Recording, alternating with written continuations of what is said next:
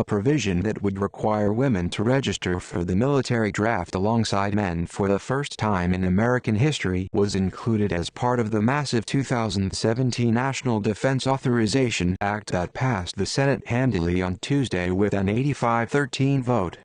The language requiring the draft for women was added in committee and received little debate on the Senate floor, but has created a firestorm of controversy on and off Capitol Hill. It comes as the military services welcome women into previously closed ground combat units in keeping with a mandate from Defense Secretary Ash Carter given late last year.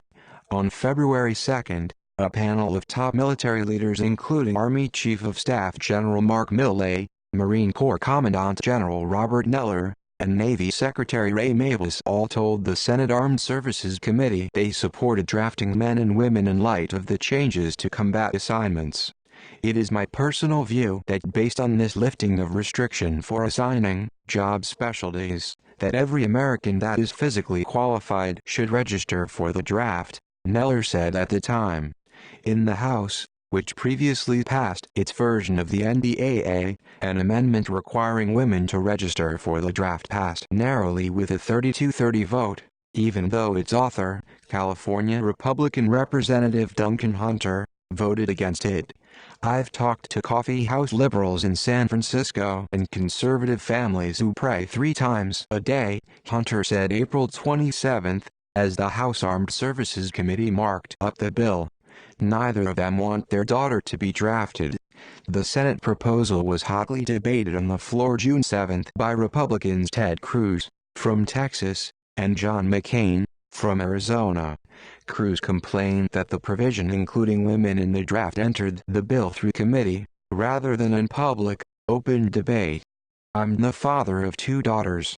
Women can do anything they set their mind to, and I see that each and every day, Cruz said. The idea that we should forcibly conscript young girls in combat to my mind makes little or no sense. It is at minimum a radical proposition. I could not vote for a bill that did so without public debate. McCain countered that including women in the draft was a matter of equality. Women who I have spoken to in the military overwhelmingly believe that women are not only qualified, but are on the same basis as their male counterparts, McCain said. Every leader of the United States military seems to have a different opinion from Cruz, whose military background is not extensive. Currently, U.S. law requires most male citizens and immigrants between the ages of 18 to 25 to register in the Selective Service System. The Senate NDAA would require all female citizens and U.S. residents who turn 18 on or after January 1, 2018, to register as well. Republican Senator Mike Lee of Utah introduced an amendment that would have removed the draft language from the bill, but it was unsuccessful. Another Republican, Rand Paul of Kentucky, filed an amendment that would have gotten rid of the draft altogether, but it too failed to get traction.